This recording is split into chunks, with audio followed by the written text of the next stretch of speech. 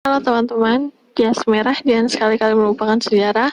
Hari ini kita akan membahas tentang lahirnya pergerakan nasional. Tanpa basa-basi kita langsung masuk ke materi, kita bahas tentang ciri perjuangan atau perlawanan setelah tahun 1908. Yang pertama yaitu perjuangan digerakkan oleh kaum terdidik maupun terpelajar. Karena nanti setelah diterapkannya politik etis ini berpengaruh pada lahirnya golongan-golongan cendekiawan seperti Muhammad Hatta, Soekarno, Sultan Syahrir maupun Ki Hajar Dewantara. Beliau adalah tokoh-tokoh yang nanti menjadi penggerak sekaligus pemimpin perlawanan melawan pemerintah kolonial.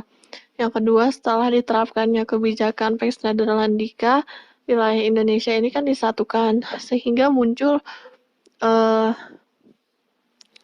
rasa satu persatuan, satu sepertanggungan antara rakyat, sehingga rakyat dapat dengan mudah bersatu dan ya lahir rasa persatuan sebagai satu bangsa yang sama dan memiliki cita-cita yang sama, yaitu Indonesia merdeka. Yang ketiga, kalau dulu sebelum tahun 1908 perjuangannya lebih bersifat kedaerahan karena masih menggunakan senjata yang sederhana. Di perlawanan setelah tahun 1908 ini perjuangannya atau bentuk kritik Indonesia terhadap pemerintah kolonial itu disampaikan melalui cara-cara yang modern seperti melakukan diplomasi, rapat akbar maupun mogok dan lain-lain. Yang keempat, memiliki visi misi yang jelas. Ya jelas karena visi misi atau tujuan kita yaitu Indonesia merdeka. Selain itu juga ada kaderisasi atau perekrutan anggota organisasi. Ya kalau dulu kan kalau misalnya pemimpinnya gugur di medan perang, ya udah perlawanan akan terhenti di saat itu juga. Tapi kalau dengan adanya kaderisasi organisasi dan adanya bagan organisasi yang jelas, jadi meskipun nantinya pemimpin ini diasingkan atau dibuang, ya pergerakan ataupun perlawanan tidak akan dengan mudah terhenti. Selanjutnya kita membahas tentang faktor pendorong lahirnya organisasi pergerakan nasional. Jadi ada dua faktor ya, faktor internal dan faktor eksternal. Kita bahas dari faktor internal terlebih dahulu. Ada yang pertama yaitu kondisi sosial, politik, ekonomi yang parah akibat penjajahan. Ya tentu dari penjajahan ini, dari penindasan ini muncul kebencian dan ketidakpuasan rakyat sehingga nanti pecahlah perlawanan nasional ini. Yang kedua munculnya kaum terpelajar.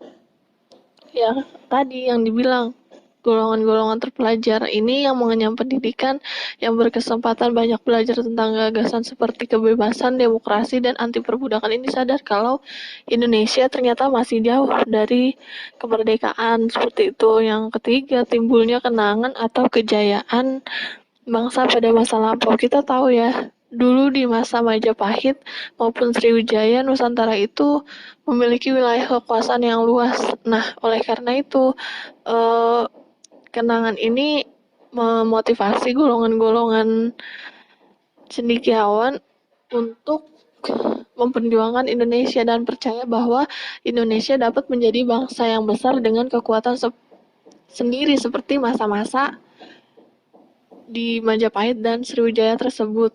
Yang kedua ada faktor eksternal. Faktor eksternal yang pertama yaitu kesuksesan pergerakan nasional di negara-negara lain di Asia Afrika.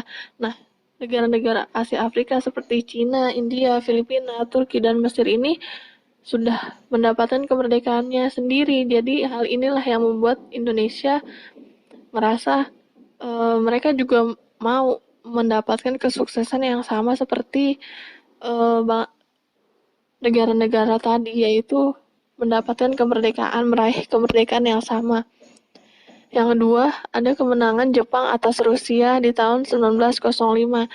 Nah, ini yang membuat rakyat Indonesia berpikir kalau tidak selamanya bangsa Barat itu superior, tidak selamanya bangsa Barat itu hebat. Karena bangsa Barat ini dari kejadian peristiwa ini kan terlihat kalau oh iya bangsa Asia seperti Jepang juga bisa mengalahkan bangsa Barat. Yang ketiga, ada masuk dan berkembangnya paham-paham baru dari Eropa dan Amerika.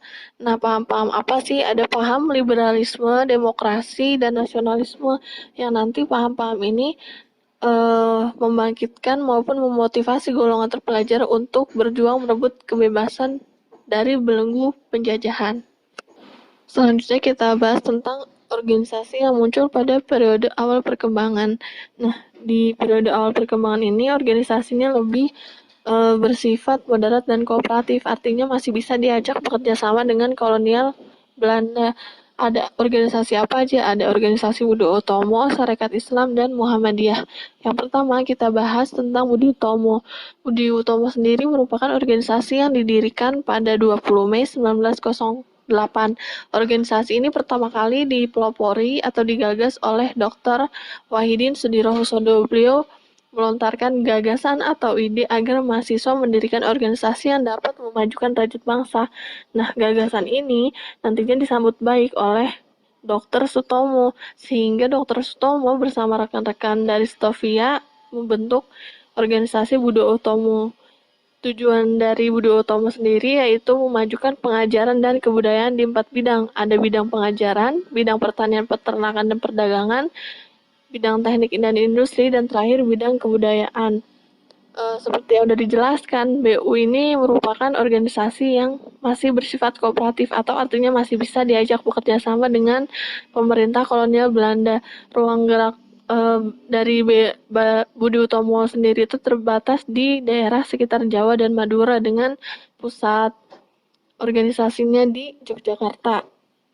Sangat disayangkan karena setelah nanti lahir organisasi Sarekat Islam tahun 1912, pengaruh dari BU ini semakin meredup. Selanjutnya kita bahas tentang Sarekat Islam. Nah, Sarekat Islam ini merupakan satu gerakan nasionalis, demokratis, dan ekonomis yang berasaskan pada Islam dengan haluan kooperatif. Pada tahun 1911, Haji Saman Hudi yang merupakan pengusaha batik dari Laweyan Solo ini membentuk SI dengan nama awal Sarekat Dagang Islam yang berdasar pada dua hal, yaitu agama Islam dan ekonomi pedagang Islam. Saman Hudi sendiri memiliki banyak tujuan di bidang ekonomi perdagangan Islam karena menurutnya dia ingin memajukan sektor-sektor ekonomi dan membantu pedagang-pedagang Islam lainnya. Di bawah pimpinan Hosokro Aminoto, SI sendiri mengalami perkembangan yang sangat pesat dan hampir memiliki banyak cabang di daerah-daerah Jawa Tengah pada saat itu. Namun, disayangkan karena seiring perkembangan tersebut, SI juga mengalami perpecahan di internal mereka. Ada dua kubu yang muncul dalam SI. Yang pertama, kubu nasionalis religius atau dikenal dengan SI Putih. SI Putih ini berasas perjuangan Islam di bawah pimpinan Cokro Aminoto. Yang kedua, muncul kubu ekonomi dogmatis atau SI Merah dengan haluan sosialis kiri atau komunisme di bawah pimpinan Semaun dan Darsono. Di tahun 1923, SI kembali mengganti nama menjadi Partai Sarekat Islam. Namun, ya sering sekali SI mengalami pergantian nama, seperti nanti di tahun 1929, PSI kembali berganti nama menjadi Partai Sarekat Islam Indonesia. Dan di tahun 1930, disayangkan PSII mengalami kemunduran karena terpecah menjadi 3 partai. Aktivitas partai juga terhenti sejak pendudukan Jepang. Yang ketiga ada Muhammadiyah yang didirikan oleh Kiai Haji Ahmad Dahlan di Yogyakarta pada 18 November 1912. Asas perjuangan Muhammadiyah yaitu Islam dan kebangsaan Indonesia, bersifat non-politik dan kooperatif. Muhammadiyah sendiri bergerak pada bidang keagamaan, pendidikan, sosial, dan menuju kepada tercapainya kebahagiaan lahir batin.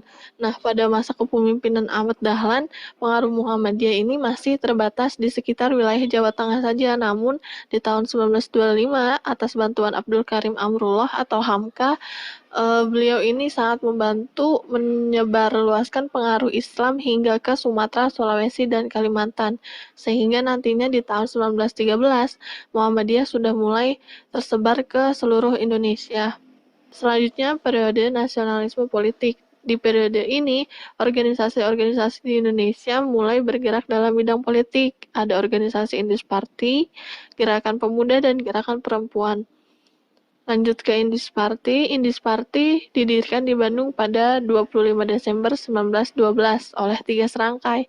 Ada Dawes Dekker, Dr. Cipto Mangunkusumo, dan Ki Hajar Dewantara. Mereka secara terang-terangan menolak dan mengkritik pemerintah Belanda serta menuntut kemerdekaan Indonesia.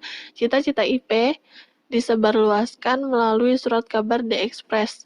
IP juga menyebarkan paham kebangsaan yang disebut nasionalisme Hindia, di mana paham ini tidak membedakan keturunan, suku bangsa, agama, kebudayaan, bahasa, dan adat istiadat.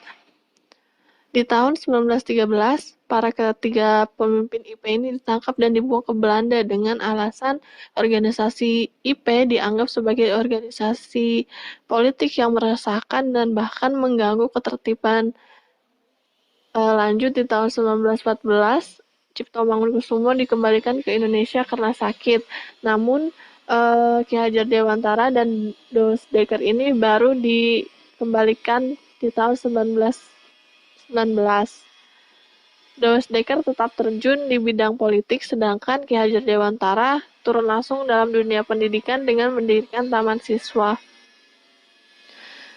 Selanjutnya ada Gerakan Pemuda. Pada awalnya, gerakan ini dibentuk sebagai gerakan solidaritas yang bersifat informal. Namun, seiring berjalannya waktu, gerakan ini justru menjadi satu gerakan politik yang bercita-cita Indonesia merdeka atau maju.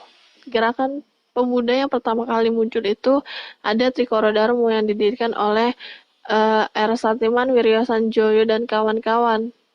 Gerakan TK ini merupakan awal atau cikal bakal berdirinya Yogyakarta di tahun 12 Juni 1918.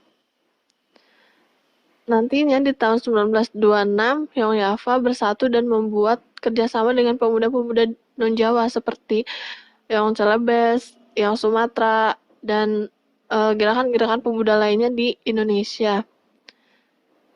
Di tahun yang sama juga, di tahun 1926, diadakan Kongres Pemuda pertama di Jakarta.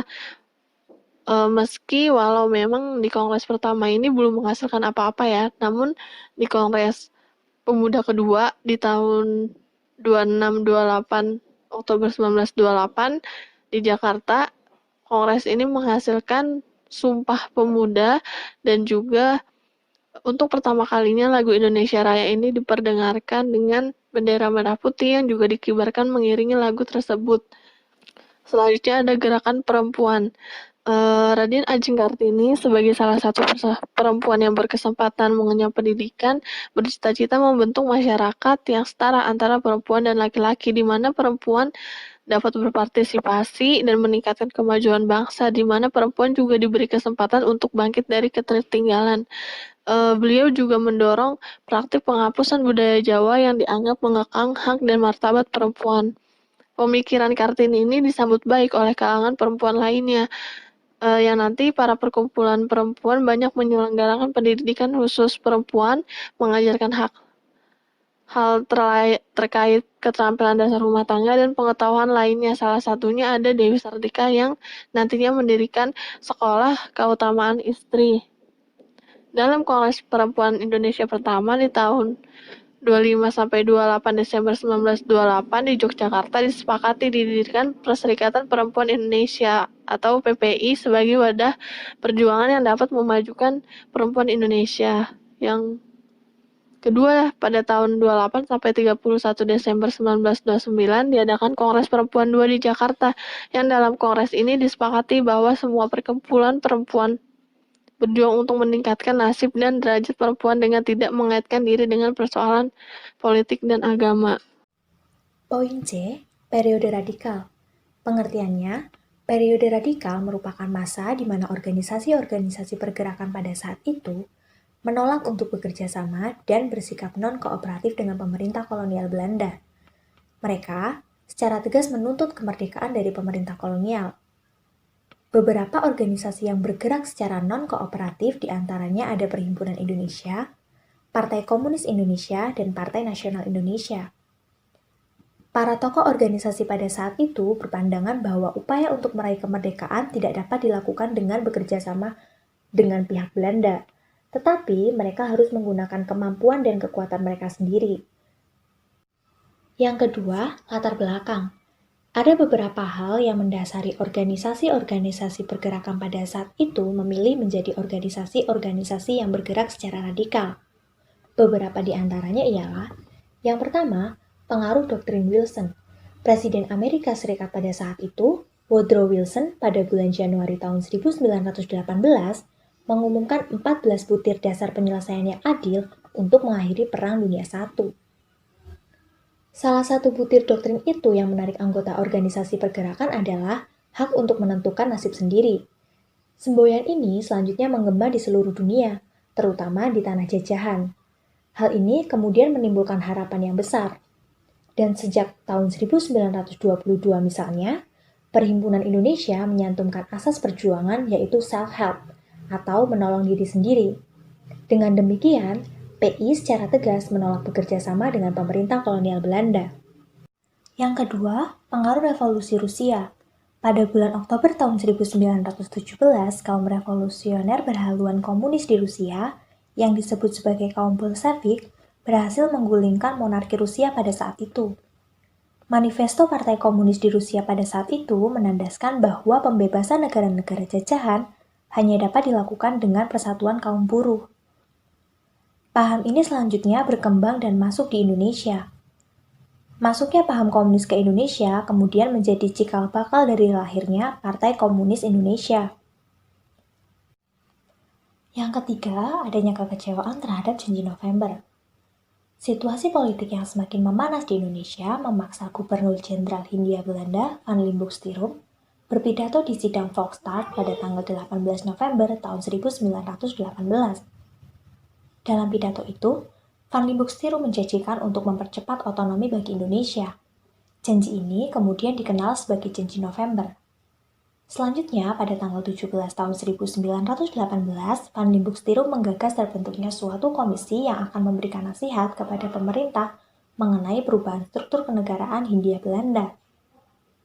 Jika dilihat secara sekilas, ada jalan menuju kemerdekaan. Namun, kenyataannya janji itu tidak pernah terpenuhi. Yang keempat, adanya perubahan pasal 111 RR, Regierungsregelung. Pada tanggal 1 September 1919, pemerintah kolonial Belanda mengubah pasal 111 Regierungsregelung atau peraturan pemerintahan yang berisi larangan mengadakan perkumpulan yang bersifat politik. Batasan tersebut berlaku untuk perkumpulan yang bersifat rahasia serta dianggap mengganggu ketertiban umum. Bagi Indonesia sendiri, perubahan ini berdampak positif dalam dua hal. Yang pertama, memberikan kesempatan bagi berdirinya organisasi-organisasi pergerakan baru yang radikal sejak tahun 1920-an. Yang kedua, membuka jalan untuk menyuarakan aspirasi rakyat termasuk kritikan secara terbuka terhadap pemerintah kolonial Belanda. Yang kelima, pergantian Gubernur Jenderal Hindia Belanda. Pada tahun 1921 terjadi pergantian Gubernur Jenderal dari Van Limburg-Stirum menjadi Gubernur Jenderal Dirk Vogt. Tidak seperti pendahulunya, Vogt bersikap sangat reaksioner terhadap pergerakan nasional. Sikap Vogt yang sangat keras ini kemudian menimbulkan kekecewaan baru yang membuat kaum pergerakan semakin radikal dengan pemerintah kolonial Belanda. Yang keenam, ada pemakaian kata Indonesia sebagai identitas. Kata Indonesia pertama kali digunakan oleh organisasi Indonesische Vereniging, yang pada saat itu sedang mengadakan rapat pergantian pengurus pada bulan April tahun 1922. Organisasi Indonesische Vereniging ini nantinya akan kita kenal sebagai Perhimpunan Indonesia. Yang ketujuh, ikut sertanya kaum buruh dalam pergerakan nasional. Bentuk perjuangan kaum buruh ini di bawah PKI adalah revolusioner radikal. Diawali dengan mogok buruh Pegadaian pada tahun 1922 dan mogok buruh tram dan kereta api pada tahun 1923 yang dipelopori oleh Tan Malaka dan Semaun, PKI kemudian berhasil memobilisasi sebuah perlawanan bersenjata terhadap pemerintah Hindia Belanda pada tahun 1926 dengan kaum buruh dan petani sebagai pasukan garda depannya. Yang ketiga, organisasi-organisasi pergerakan yang bersifat radikal. Yang pertama, Perhimpunan Indonesia atau PI. Organisasi ini didirikan di Belanda pada tahun 1908 oleh para mahasiswa Indonesia yang saat itu sedang belajar di sana. Pada awalnya, organisasi ini bernama Indische Vereniging atau Perhimpunan Hindia, dengan tujuan memperjuangkan kepentingan orang-orang Indonesia yang ada di Belanda.